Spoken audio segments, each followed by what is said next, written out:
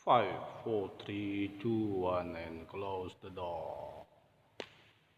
Assalamualaikum warahmatullahi wabarakatuh. Salam sejahtera buat kita semua. Ketemu lagi dengan channel konten yang berisikan tentang tutorial.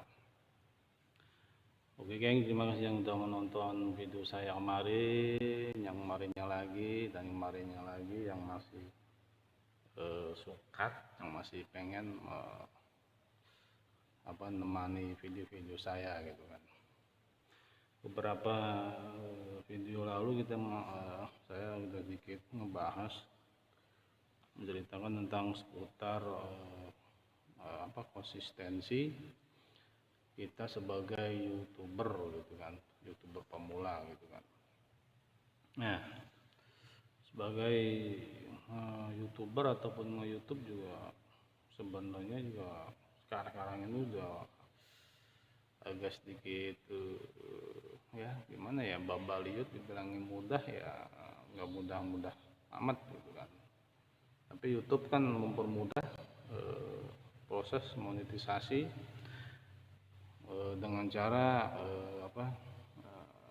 menggapai monetisasi itu dengan cara 500 subscriber dan 3000 jam tayang gitu kan. Kalau yang saya tahu dari konten-kontennya Bang Santutor, terus sama Bang Retno Tati sama Bang Esa Santu juga sempat ngebahas, Mumet Official juga ikut ngebahas gitu kan. Jadi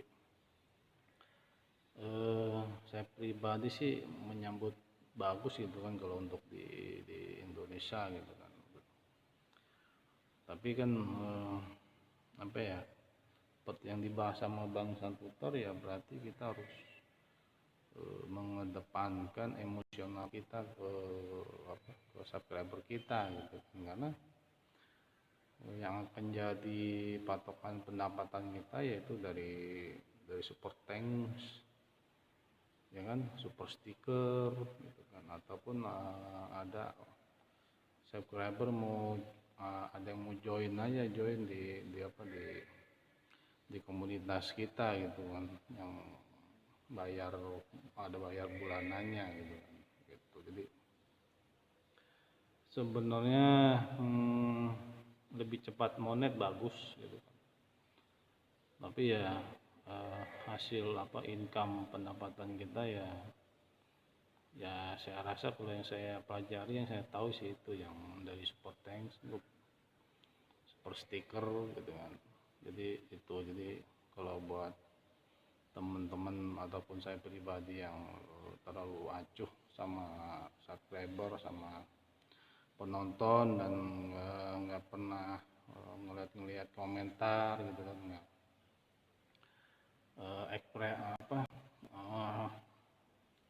ekspresi kita gitu kan, timbal balik kita ke penonton itu misalnya kalau kurang ya mungkin akan susah juga untuk bisa mendapatkan super thanks gitu kan. Itu juga Bang Ihsan Tutor pagi juga sedikit membahas tentang dia dapat notif, tempat pertanyaan dari youtuber lain gitu kan. Dia youtubernya itu beberapa bulan yang lalu gajiannya itu masih lancar gitu kan, bisa dapat 1,5 2 juta, mungkin bisa 3 juta gitu kan adsense-nya gitu kan.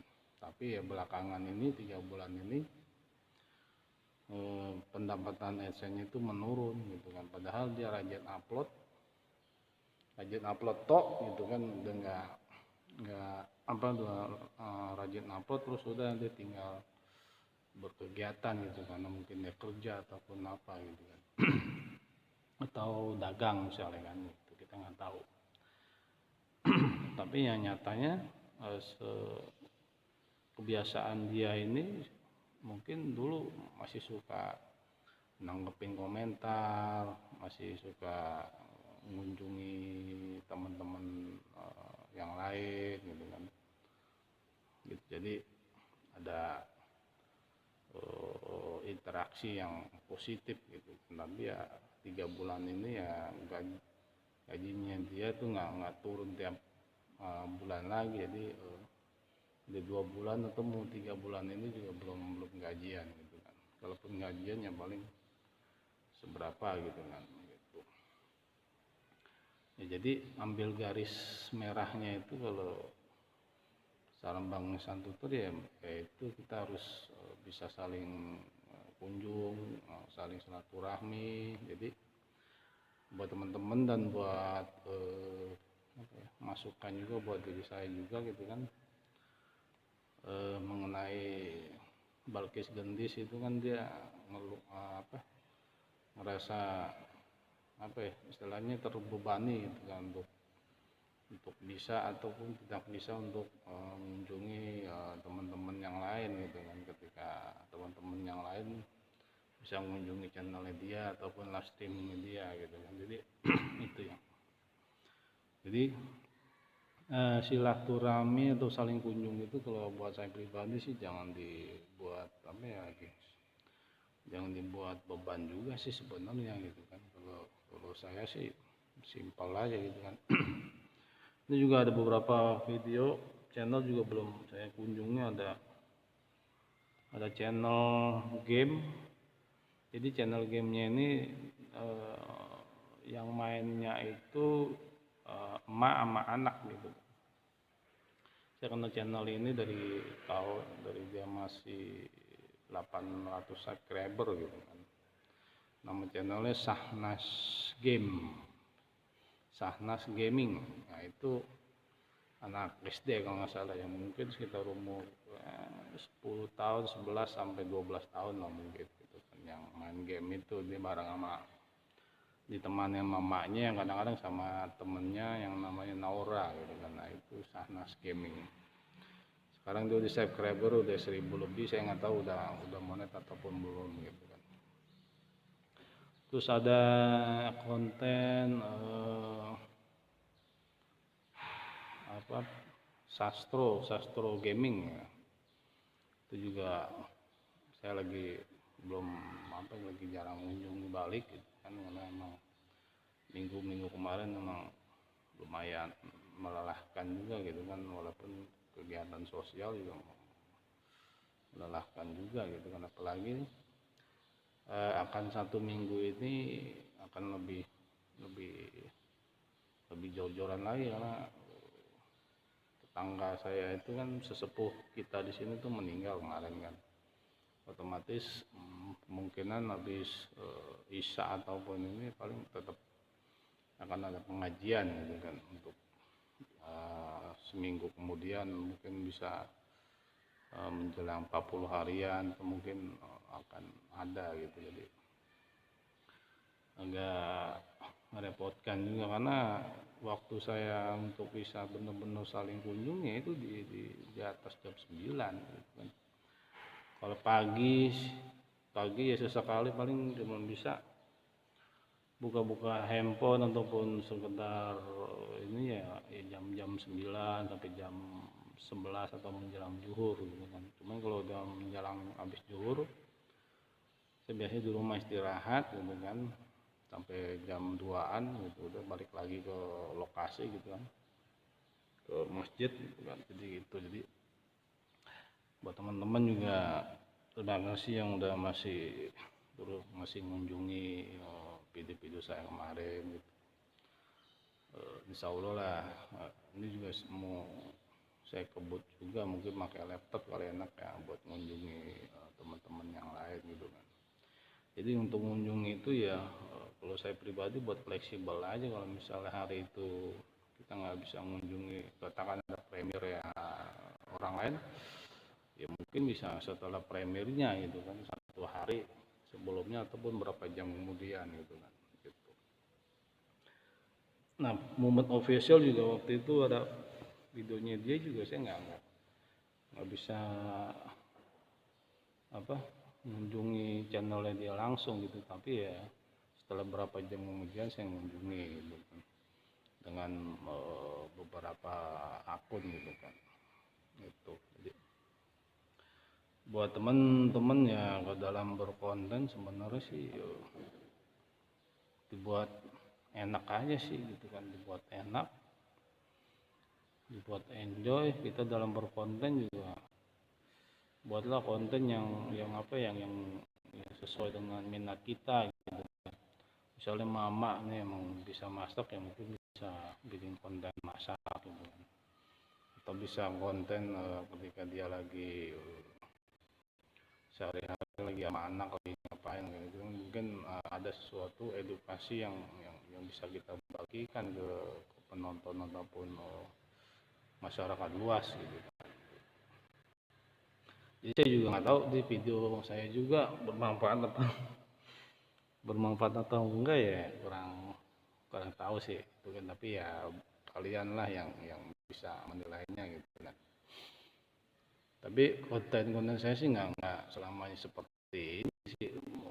Konten saya emang sebenarnya khusus ataupun spesialis tentang aplikasi gitu kan, aplikasi editing ataupun aplikasi yang berhubungan, mungkin ada gaming. Cuman kalau gaming kan saya emang kurang suka game gitu kan, jadi mungkin konten gaming mungkin saya jarang sih sebenarnya kemarin. Karena aja tuh kemarin ada promo MPL gitu kan, makanya saya bikin gamenya, bikin tutorialnya, iseng-iseng main MPL gitu, main Tetris gitu kan. Jadi mungkin saya juga lagi ngedit cara live streaming menggunakan Prism Live ini gitu kan. Tadi saya udah ngetes gitu Prism Live, ternyata kalau live pakai Prism Live saya masih ada bingung guys untuk ngaktifin monetisasinya, AdSense-nya itu. Jadi kemungkinannya kalau misalnya kita live stream menggunakan Prism Live, ya mungkin dolarnya ataupun monetisasi iklannya mungkin nggak akan muncul kali ya, karena saya nggak menemukan menunya itu untuk mengaktifkan monetisasinya gitu. Jadi kekurangannya kalau buat kita yang udah monetisasi ya, apa ya